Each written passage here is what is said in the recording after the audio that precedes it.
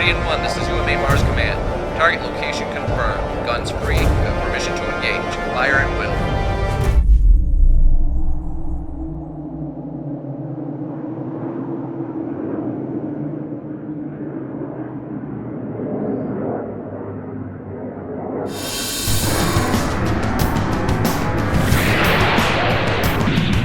All units proceed to your post assignments. All units proceed.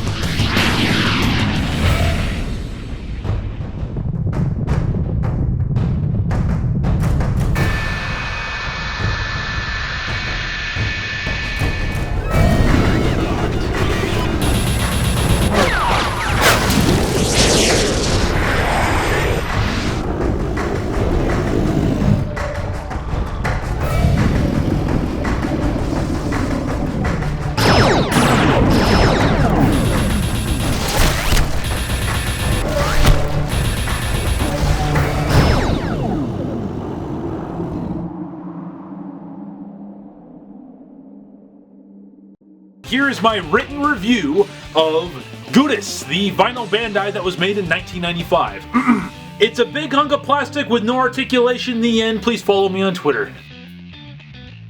Yeah, you know, you think I'm joking, but in all seriousness, this toy, it really is just a hunk of plastic. In fact, there is no articulation on this thing whatsoever. But sometimes there's more to a toy than just, hey, how many poses can you get into and how cool is it gonna look when it's in said poses? This chump right here, he's from a show called Ultraman Towards the Future, and he was actually the main bad guy for the first half of the show. His name's Gudis. He's an evil space virus that when he infects you, he transforms you into a giant monster, much like all other evil space viruses and forms of bacteria do. Now, Ultraman Towards the Future, man, my god, my little mind was blown when I first saw this. It was my first experience with Ultraman. If you're in Japan, you're gonna know this as Ultraman Great or Ultraman G. Tsuburaya Productions, the guys who own Ultraman, teamed up with the South Australian Film Corporation in order to create this basically Western-friendly version of Ultraman back in the late 80s. You can actually go and watch the entire show for free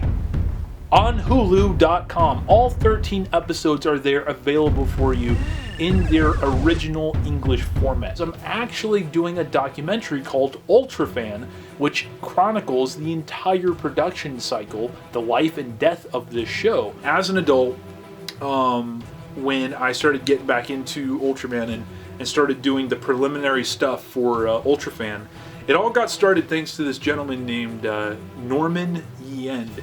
I hope I'm saying his last name right. I'm pretty sure I'm not, but I'm just going to refer to him as Norman.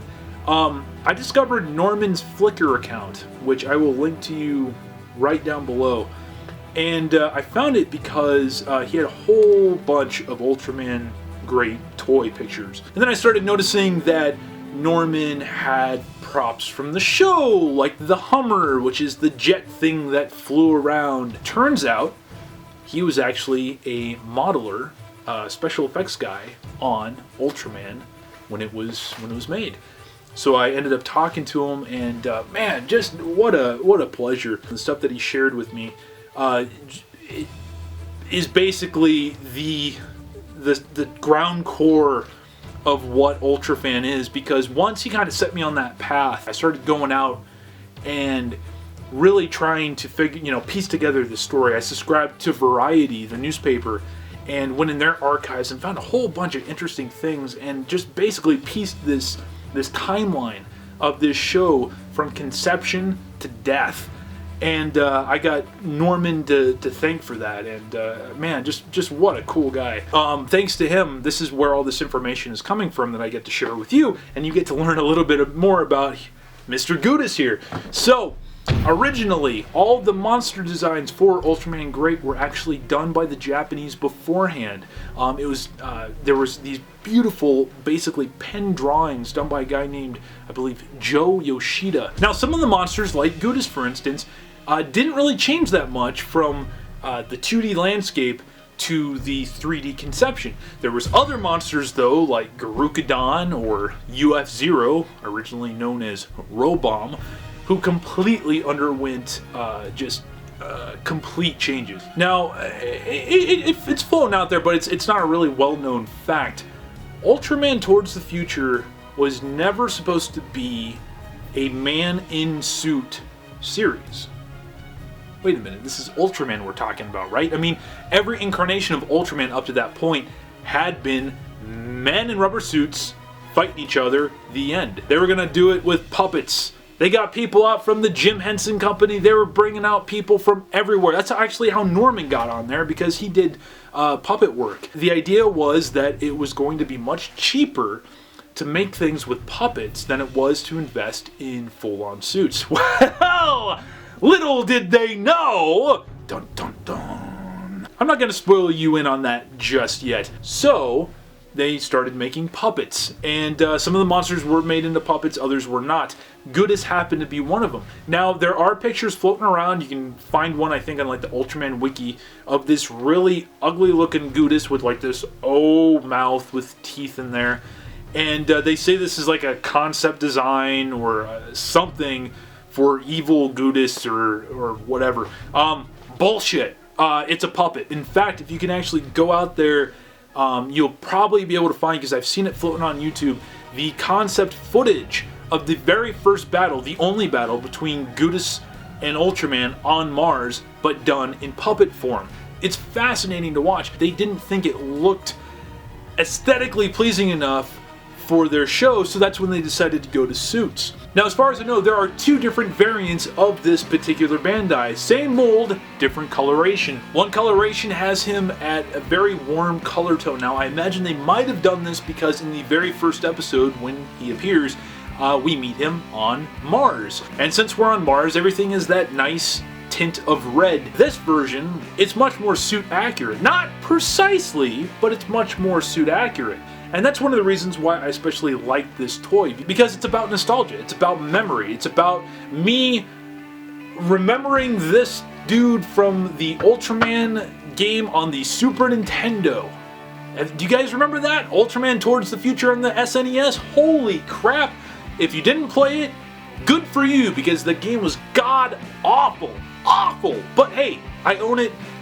I still play it on occasion just because I got nothing better to do with my time other than talking about Japanese toys and playing really, really awful video games. The Gudis design, it's kind of grotesque, it's disgusting, it's this slug thing with this big freaking brain. It had a very, very interesting aesthetic to it, and as a kid I just thought it was a cool looking monster. As an adult, I think it looks like a mutated piece of broccoli. We only saw Gudis one time in the show. One episode, episode 1. And when he dies, he becomes a space virus that floats to Earth and creates a whole bunch of other monstrosities that run amok, and Ultraman must defeat him. And eventually, finally, at the big climax of the Gudis story arc, Gudis comes back in his secondary form as Super Gudis. Which, honestly, I don't like really that much. I would like to thank Norman for giving me the opportunity to really just learn more about this show that I love, and for sharing with me images and stories that some of which I've recounted and shared in this particular video. I would also like to thank Ophelia, who is the girlfriend of my buddy Billy Horn of Billy Draws 2. Plug! Ophelia was so gracious as to translate pages and pages of Japanese about Ultraman Great into English, so I could use it again for the Ultrafan documentary. And without those two, there really would be no Ultrafan, period. So guys, go watch Ultraman Towards the Future on Hulu for free, like I just told you, for free. And yeah, enjoy yourselves. For Godzilla's sake, keep watching more tokusatsu for the good of mankind and yourselves. Don't forget to follow me on Twitter. And by the way, there's Ophelia's Twitter, and there's Norman's Flickr. And man, Norman really should get a Twitter account. I would follow him and retweet him like every single day. And you gotta see the guy's models, man. This guy just talented man. But Enjoy yourselves, and I will catch you later.